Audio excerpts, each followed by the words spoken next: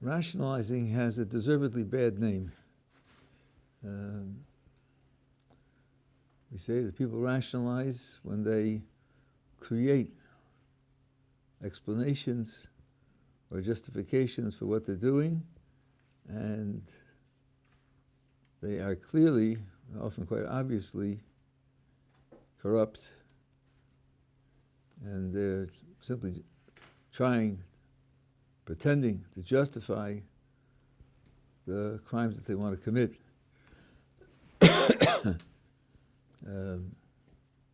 Thank you very much.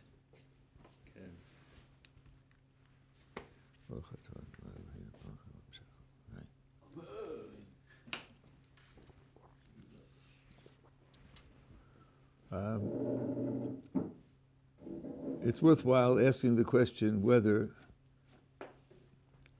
the Germans in the Second World War, Nazis, whether they had different values from the rest of the world in wanting to totally annihilate certain groups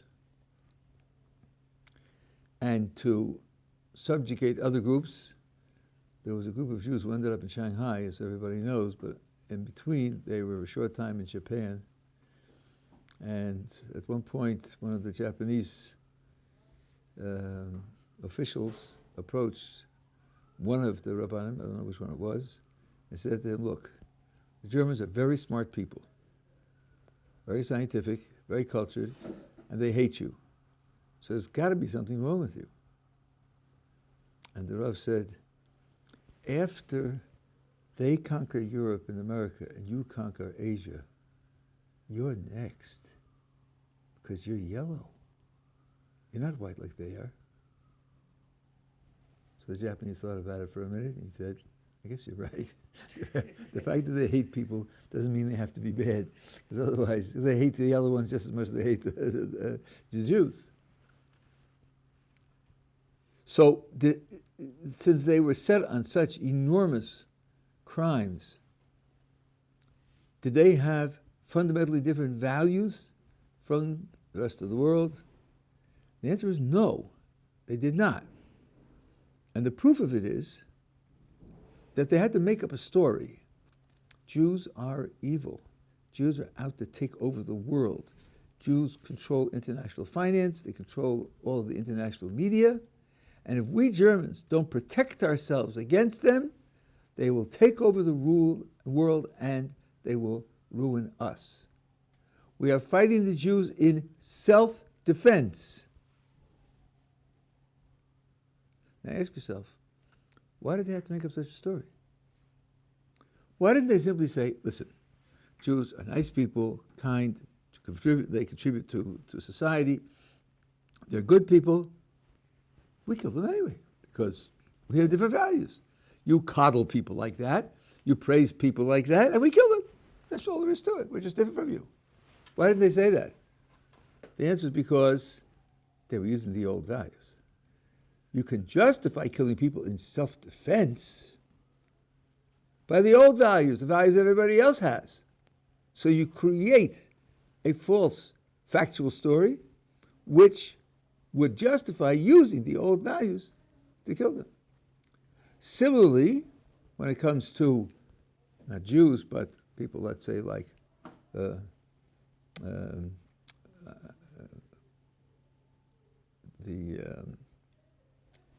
Far Eastern peoples, there was the doctrine of Aryan superiority. They are a form of human beings which are inherently inferior, together with their genetic component that dictates the difference in their appearance. It's also a difference in mentality, and a difference in emotional structure, a difference of priorities. And the world belongs to the strong. Whether you take Darwinian theory, which they actually cited, and they talked about social Darwinism, just like in the natural world with animals and other life forms, there's competition for resources. Human beings are no different. And the law of nature is that the world belongs to the strong. Similarly, with European colonists in North America, there was what's called manifest destiny. It is our destiny to rule this continent from sea to shining sea, from the Atlantic to the Pacific. Yeah, but there were all those inconvenient Native Americans in the way. It means taking their lands and displacing them and so forth and so on. Well, you can't do that to people. I mean, it's not right. It's not just. So, if you have a red skin, you're not human. So, they're not people. They're just savages. They're just animals. No reason why you can't take the territory from a wolf or a bear. They're just human-looking animals. Why do they tell themselves that story? Because if they're human, you can't do it. Because justice demands that you don't do it. This is an example of rationalization. It's called rationalization because it's trying or pretending to try to meet a rational demand, that things should be reasoned. There should be an explanation that justifies what you're doing, but they corrupt it in various ways so that it doesn't succeed as a justification. And this is the kind of rationalization which leads to enormous crimes. I tell you about the Second World War and the Holocaust, which I'm treating as two separate issues now. And also the conquest of North America and the displacement of the native peoples. Here's one that's as contemporary as today and tomorrow. From the river to the sea, Palestine shall be free. So there was a fellow, he happened to be Jewish, but he dressed and behaved in a way that didn't identify himself as Jewish, and he had himself filmed on a college campus soliciting a petition. Please sign a petition in favor of free Palestine. So he'd go to a student and say, I'm asking to sign a petition. Oh, Palestine? Sure. He said, listen, the rules of our group is you have to know what you're signing. So let me just read to you some of what the petition says. We want to have Palestine to be free and self-determined. In particular, the law that they have, that homosexuals shall be put to death by law. Are you willing to sign? Would you like to sign that petition? What? They put homosexuals to death by law? Really? I don't think I want to sign that. And to another student, it says that LGBTQ people, have to be put in jail because they're violating the mores of Islamic law. Were you signing here? Oh no, that's what they're going to do to LGBTQ people? I don't want to sign that. So where's the nekuda here? Where's the point of the problem? Palestine, free Palestine? Really? When you take Israel out, they'll be run by Hamas. That's freedom? That's not the freedom you want. Someone actually asked some of these students, when are you getting on the next boat to Palestine to help fight for their freedom? You're not going? Why not? This is genocide. Don't you want to stop it? You want to carry flags in Massachusetts. That's what you want. Afterwards, you go out and drink a beer and celebrate what a big impression you made on the press. You don't want to go there and fight for them, do you? And help them. So this terrible, terrible injustice. Do something about it besides carrying a flag. No, I want to graduate college. I want to get a job. I'll carry a flag and yell. That's what I'll do. This kind of corruption is what rationalization promotes. And it's not only in grand political and social causes that this happens. It happens in everyday life. People justify themselves not living up to their own values, certainly not living up to expectations of other people, and they have all sorts of justifications. Your parents don't own you, so therefore they can't control you, so you don't have to do what they say, or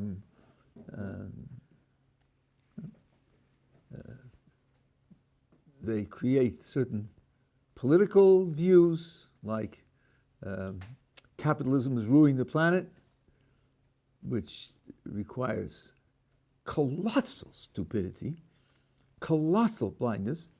In the last 50 years, something like 80% of all the people who were below the poverty line are now above the poverty line, and it's all because of capitalism. It's capitalist markets that spread the wealth to the extent that all these people are above the poverty line. Capitalism is destroying the world. You really have to work hard at blindness to think that. Does it have faults? Yes. Does it victimize certain people? Yes. Does it disadvantage certain people? Yes. Is it all evil, all bad? One person wanted to say that, I think it was 1992, was the pinnacle of human misery in the whole history of the world. 1992. You really have to be crazy to think that. It was worse than the Black Death, worse than the 100 Years' War in Europe, worse than the massacre of the Armenians, really, worse than what the Spanish did to Central and South America. So the evils of rationalization are great, and maybe in terms of intensity, there's no limit to them. But I want to argue that there's a positive side to rationalization. And I want to give you a couple of examples, contrasting examples of how this is true. We had a boy at Ohr Somayach. This goes back, I guess, about 25 years, 30 years. And he was here for, I guess, about 2 months, and then he left. And he was in the various classes, mine among others. And he was really slated to be a much longer time. And then he was leaving, so somebody said to him, "Why are you leaving so early?" And he said, "I don't want to hear too much more because I'm afraid that if it's really true, I'm going to have to change my lifestyle substantially, and I don't want to do that."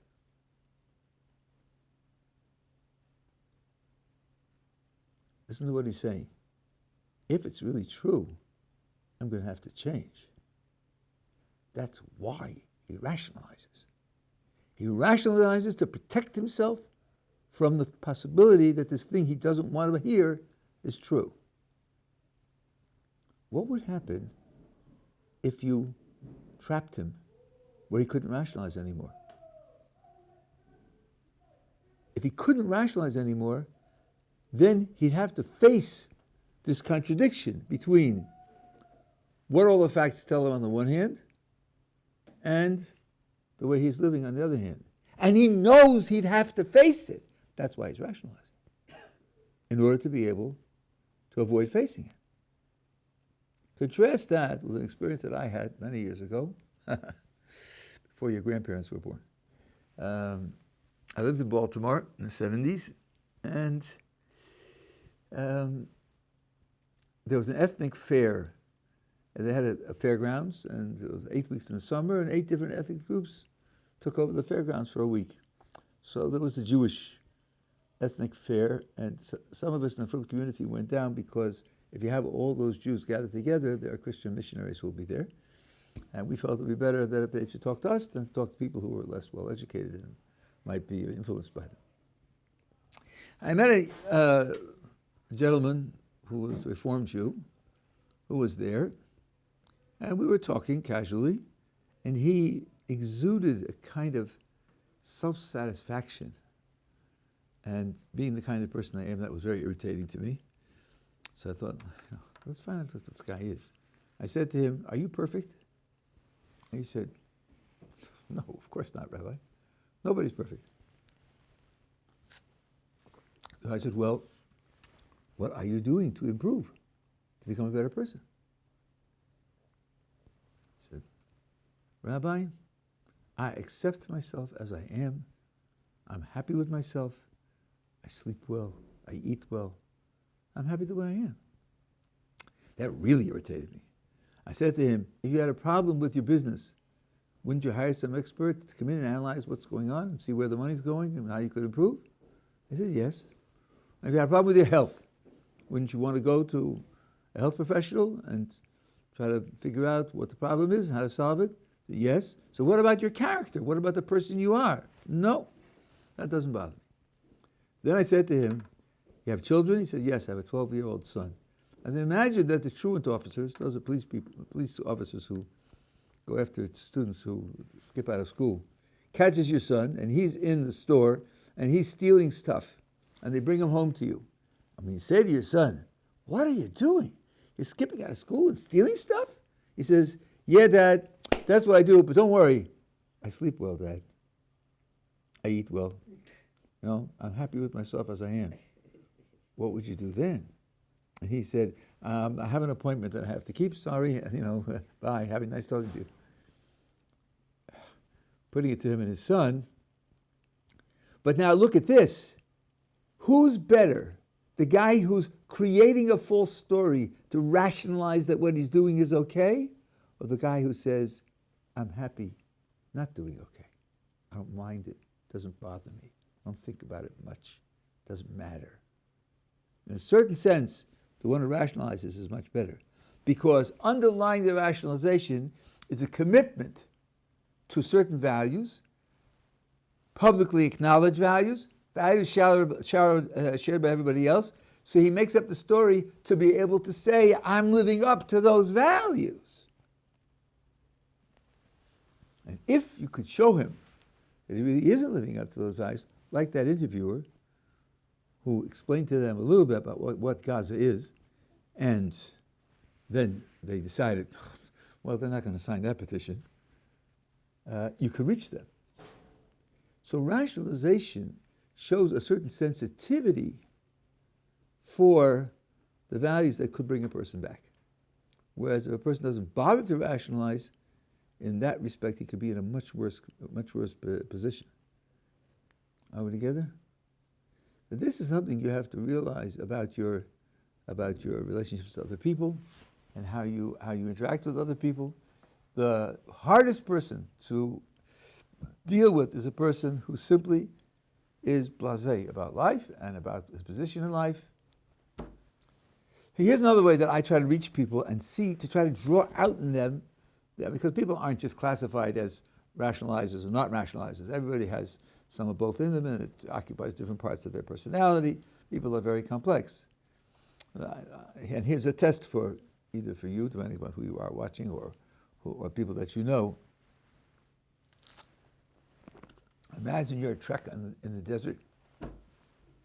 You and 3 million other people, gigantic crowd, and you come to a mountain, you're standing around the mountain, and then everybody simultaneously hears a voice speak while the mountain is blazing in fire and the ground is shaking under your feet, and there's smoke and cloud on the mountain, and there's the sound of a shofar, and everybody hears a voice saying, Saturdays are special. The Creator has rules for Saturdays. And lays out some of the rules. Okay, I mean, this is a little burlesque, but okay. Now, my question to you is this. If that happened, would it change your plans for the weekend? Or would you say, oh, well, funny things happen, and I happen to hear the Creator say the Saturday is special, but I have a scuba diving date, and I can't cancel it. So, Creator, yes, Creator, no, but I'm going scuba diving. A lot of people tell me, Rabbi, if that really happened to me, that definitely would have an effect. I would have to take that very seriously, and I would have to think about how to reorganize my life in terms of that. But they may say, thank God, it hasn't happened. So, I'm going scuba diving. So, well, now, wait a second. One of the great differences between human beings and squirrels is that every squirrel lives the same life that every squirrel has lived since the creation. But human beings aren't like that. Something has to happen only once. The wheel has to be invented only once, not in every generation, again and again and again. Because then, after it's invented, newer generations get it from the previous generation and they invent other things. Human beings have cumulative culture. You accumulate more and more inventions, techniques, and you thereby improve what you can do. I don't know how many of you are classical music buffs, but the Tchaikovsky violin concerto, when it was first published, and violinists wanted to play it, they said he must hate the violin because it's almost impossible to play. Today, everybody plays it. You know why?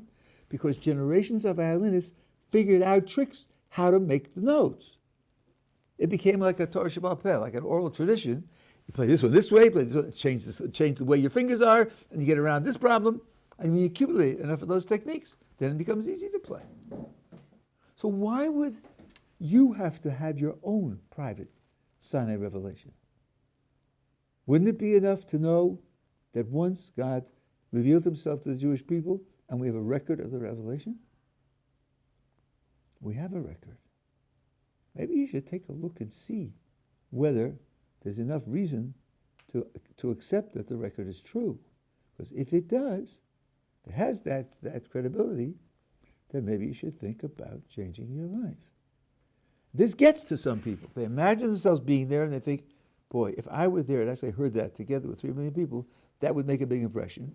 Then you make the bridge to the idea that we have a record that it happened, which you should take just as seriously because it doesn't have to happen to you in order for you to learn a lesson from it.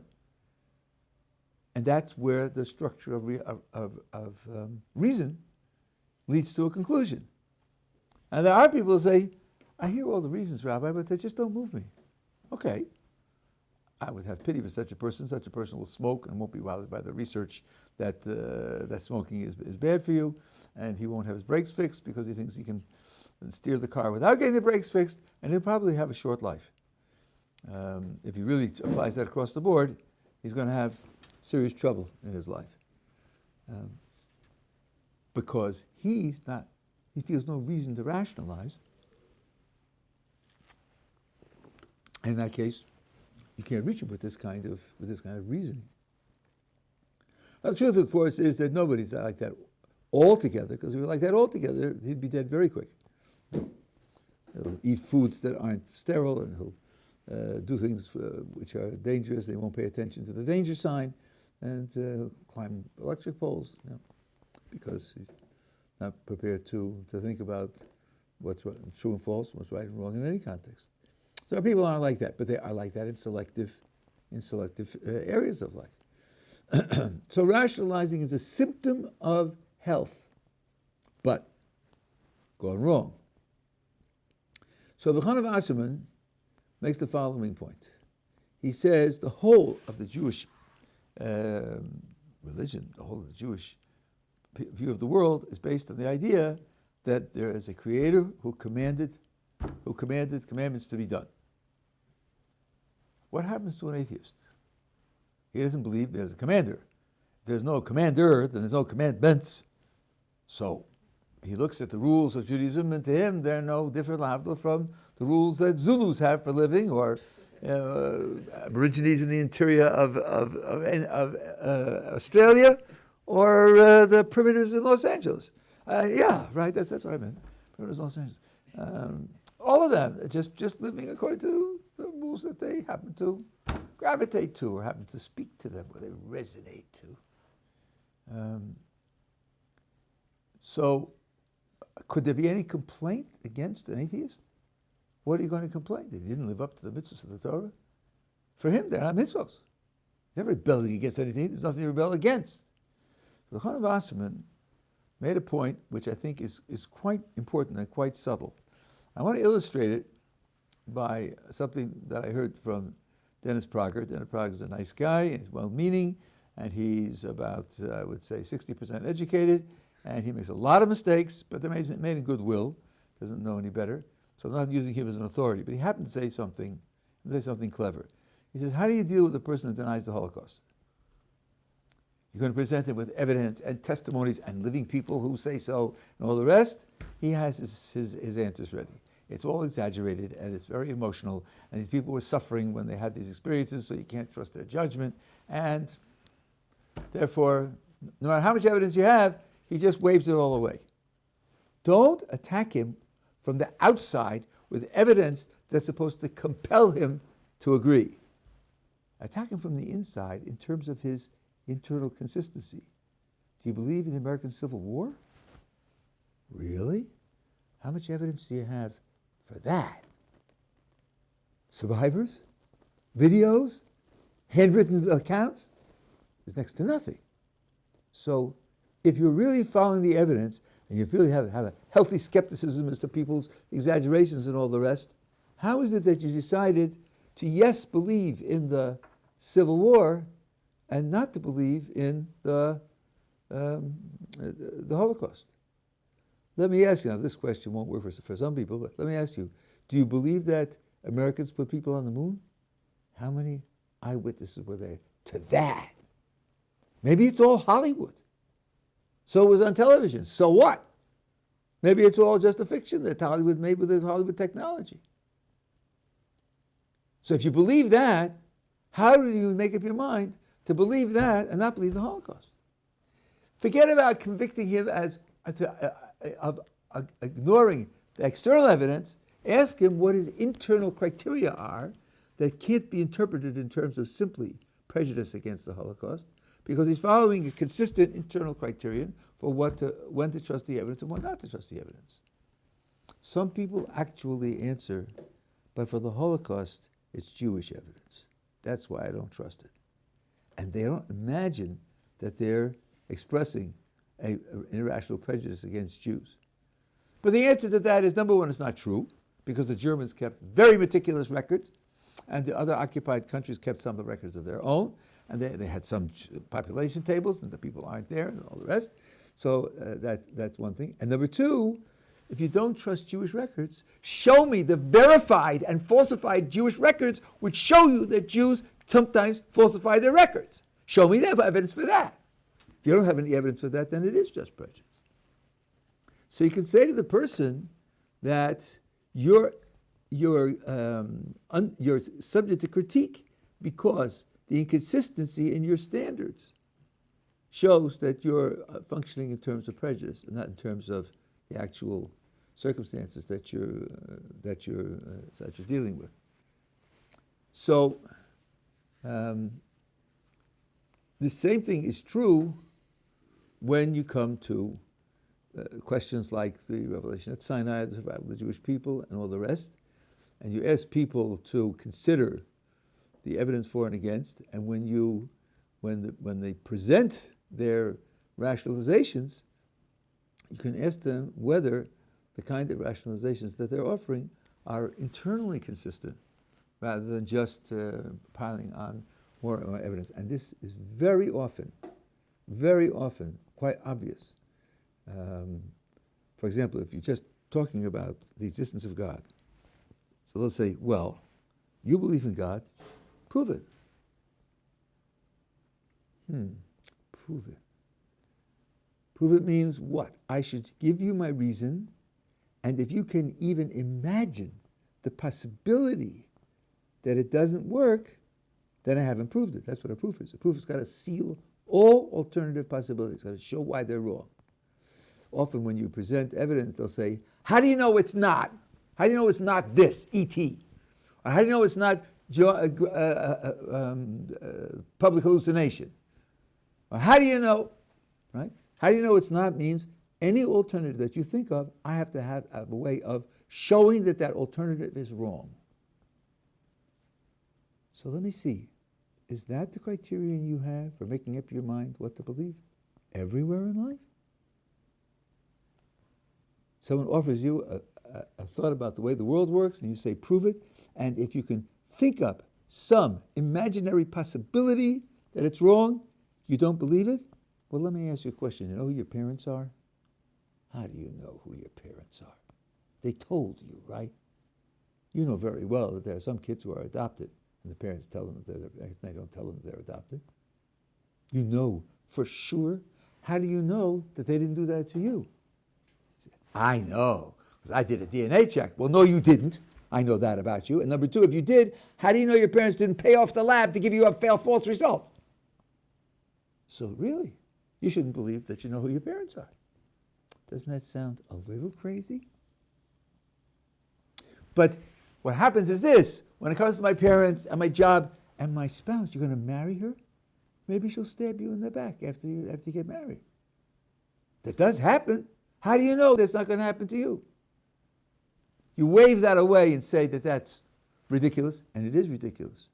Because in order to defeat an offered picture of how the world works, it's not enough to think up the possibility that it might be wrong. You have to have positive reason to think that it's wrong. Then you have to take it seriously. If you have some reason to think it's right and somebody wants to contest that or criticize that, ask him, what's your positive reason for thinking I'm wrong?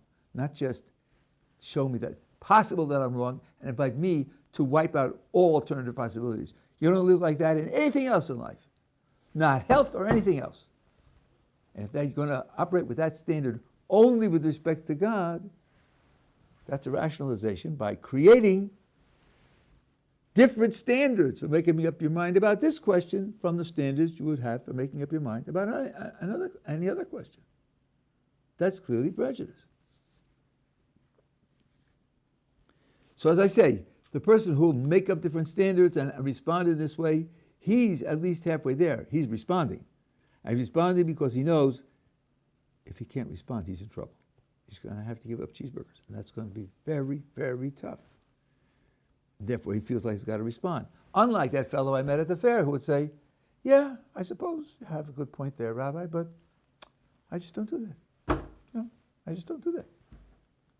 That's an entirely different attitude. John Searle reports this a graduate student that he had in philosophy, and she was a very heavy smoker. And he said to her, you know, according to statistics, you're shortening your life by about 7 years, and there's a good chance you'll spend the end of your life in misery because of the diseases that you'll have. She said, yeah, but I'm 22 now. Yeah, you're 22 now, and this is what you're doing to the end of your life. Yeah, but I'm not there now. I'm here now. So he said, this shows you that David Hume was wrong. The idea that personal identity isn't a necessary part of the picture of the human being is a mistake, because what's needed to convince her that she's making a mistake is that the one 50 years from now who's going to have a shorter life and suffer is her. It's the same person. And for the same reason that you lock your car at night, because you want tomorrow morning the car should be there, and you don't say, well, now it's nighttime. You know, tomorrow's tomorrow, but it's not tomorrow now. Now it's nighttime. Why should I lock my car now? You lock your car now because we want tomorrow that your car for you will be there for you. It's the same you. Well, the same you 50 years from now also. Right? All of prudence, all of acting rationally for yourself in a purely selfish term and for selfish context means that there's a continuity of the self, it's the same self, so you're protecting yourself from something that you don't want to happen. And when you make those decisions, you don't make them on the basis of proof. You make them on the basis of evidence and probability and maybe decision theory. And if you're going to employ a different standard with respect to religion, then you're being irrationally prejudiced. It's a rationalization. And when you see that it's a rationalization, then maybe you have to, more open-mindedly way, consider. So some people try the following ploy, which is, again, it sounds so clever when it's said. When you think about it, it turns out to be just a rationalization. Listen, Rabbi, you're saying God exists. If you say something exists, you owe evidence that it exists. If there's no evidence that it exists, then the default position is that it doesn't exist. So I'm willing to listen, but in the meantime, if you don't present adequate evidence that it exists, then it's right for me to be an atheist. I don't know why. I mean, I'm a trained philosopher and logician, so I can't work myself into the mood of feeling that that's reasonable. But for a lot of people, that sounds very reasonable, even people who are somewhat clever. But it's nuts. The correct position is this. If you say you know something, you owe a reason why you think that what you say, what you believe is true. With respect to a particular proposition, A, there are three possible attitudes. One is, I believe it's true. One is, I believe it's false. And one is, I don't have any belief whether it's true or false. I'm just not committed on it.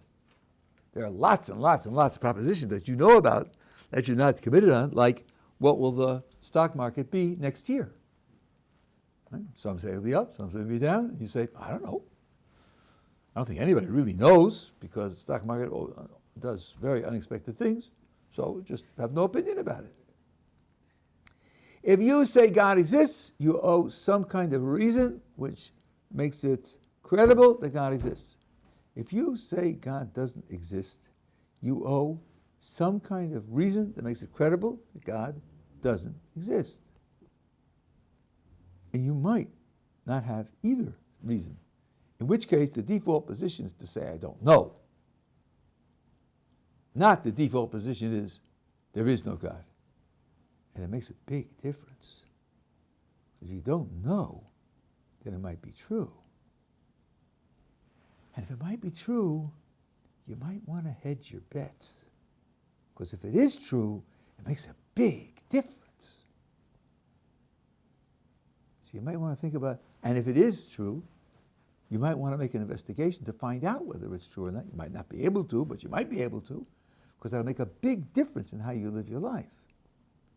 So even if no one ever gave you positive reason for thinking that God is real, if you have no positive reason for thinking he's not real, then investigation might be in order.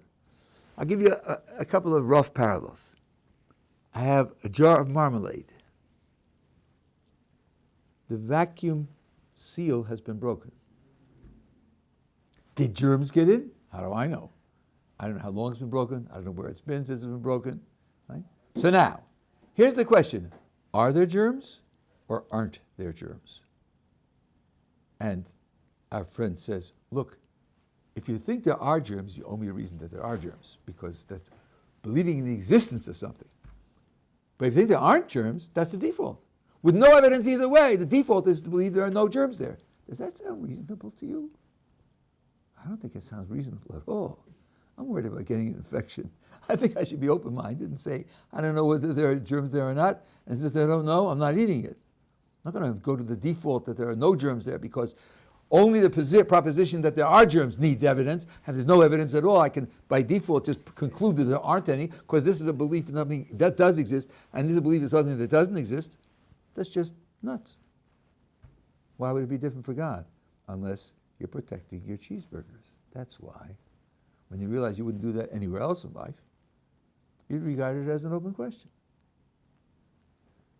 So this is an application of the standard that Rabbi Elchanan Wasserman said. Rabbi Elchanan Wasserman said, I would say to an atheist, have you investigated atheism and theism?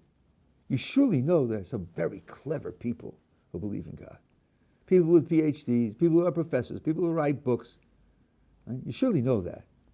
So it can't be just open and shut. It can't be just simplicity itself. So if that's the case, when you have a question about your health, do you investigate or just go with your prejudice? When you have a problem with your money, do you investigate? When there's a problem with your safety, do you investigate? You do in all of them and not in this one? Then your internal standards for truth aren't consistent. And I say you're in love with cheeseburgers.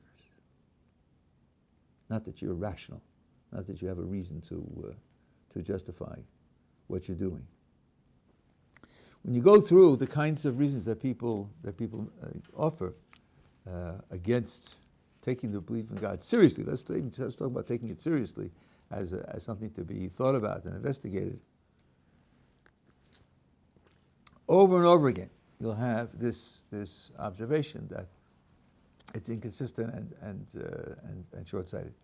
Here's something that you hear all the time from people who play the game of pseudo-psychologists. Religion is a crutch for people who are weak-minded and fearful and don't have the courage to live according to their own standards, and who are looking for excuses and support for their fears and so forth and so on. And of course, that's why I'm not religious, because I'm a strong person, I'm a healthy person, I have a good grip on life, and therefore I don't need the religious crutch. Okay, flip it around and ask how it looks to a religious person. Atheism is a crutch for weak-minded people, people who don't want to examine their lives, people who don't want to live up to high standards, people who don't want to live in terms of the high human potentiality that they have. They'd rather wallow in their animal pleasures. People for whom thy neighbor's wife is not a prohibition but a challenge. Those are people who are atheists because they don't want to have to live with the discipline, like both external discipline and internal discipline that religion demands. So atheism for weak-minded people, people who don't have the courage and the strength to live noble lives. Both of those are simply prejudices. Both of them are simply wrong. There are some weak-minded atheists, and they use atheism as a crutch, and there are some strong-minded atheists who are really looking for the truth, and for one reason or another, that's where they've ended up. And I think you have both types of religious people also. But to brand religion as rejectable on the grounds that it is, in some, a crutch for weak people is just as ridiculous as branding atheism as a crutch for weak people. And therefore, it's no argument.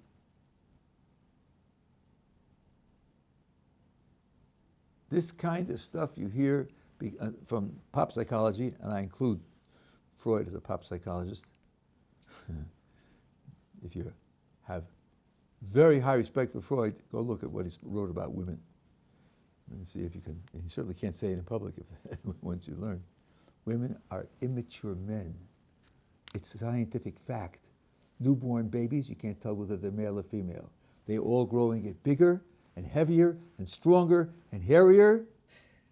And men grow to, let's say, from 1 to 90, and women grow from 1 to 70. They're just immature men. Their maturity stops. You can see it physically. It's a physical, scientific fact. Right? And we will tell you that men are overripe. Men are spoiled because they're overripe. They suffer from testosterone poisoning. And they're probably right to a certain extent. But Freud had a scientific proof that women are just immature men. Give me a break. Give yourselves a break. So this kind of pop psychology is used all the time in diagnosing why people are religious, so as to be a rationalization as to why the person who is making the diagnosis doesn't have to take religion seriously, but it's a rationalization.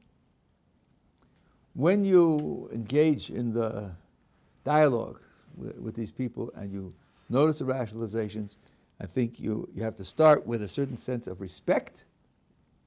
The person wants to make a rational case, and you could reinforce that, and then point out that the rational case that they're making is short-sighted in certain ways. It's the indifferent person who is a much more difficult challenge. When we were living in Baltimore, Amram Taub, we're very close with him, was a Hasidic Rabbi there, and he once said to me, if you see two people on the street and one slaps the other one in the face, they know each other. That's right, they know each other. People who came out of the Holocaust, and no one can criticize anybody for whatever happened to him in the Holocaust or how he came out. People who came out and said, I hate God, they weren't atheists. That's not Nietzsche, the death of God. They hate God. They have a grudge against God. That's a different attitude altogether. So these things have to be carefully defined, carefully distinguished, and we have to appreciate that rationalization is a symptom of potential mental health, whereas indifference is much, much worse. I guess I'll add one final footnote. Don't take people at face value. It very often happens in discussions or debates or arguments where the person you're talking to doesn't give an inch, doesn't budge. That doesn't mean you're not having an effect. He can't admit that he's budging. He can't admit that you've given him food for thought because it makes it look bad in the contest. But when he walks home in the privacy of his own mind, could very well be that you had an effect. I had that experience here. I'm here 42 years. I first came, there was a fellow here, about 3 months, and he was quiet, thoughtful, when he spoke against. He always had reasons against. After 3 months, he left. 14 years later, I was in Los Angeles. Somebody comes up to me after a shir and says, "You remember me?" I said, "Absolutely not. You're a total stranger." He says, "No, I'm that guy." I said, "What happened?" He said, I heard what you said, and I thought about it for 7 years. He thought about it for 7 years. In the meantime, he went to an Ivy League college and did well, and he's in business, doing well, right? And after 7 years, he said, I decided that you were right. So the fact that when he's talking to you, he doesn't give in or show any sign of recognition, don't be taken in by that. You could very well be having an effect on him, and it would come out later, and you may or may not know it. If he hadn't been there and caught my name on the advertisement at the same time, our paths might never have crossed. So you can enter into the discussion, you can respond to the arguments, and let it sit where it is. So the final thing is this: when the person says, "I don't really care, it doesn't bother me," don't be taken in by that either. He may very well care, just doesn't want to admit it to you. And in which case, if he says it doesn't matter, I would say to him, "Okay, I hear you. I'm happy for you no, I can't say that. That's a lie. I'm not happy for him. I understand where you're sitting in life, but let me share with you what I tell people who aren't happy with where they are. Not you. I'm not talking to you. Of course not. No, but for other people, these considerations are things that they take seriously. And if he walks away and says, well, I'm planning to sleep well tonight, okay, that's what he said. Talk is cheap. You may very well have had an effect on him that he just doesn't want to admit, which is, he's saving face. It doesn't mean that he's not getting the message. Okay.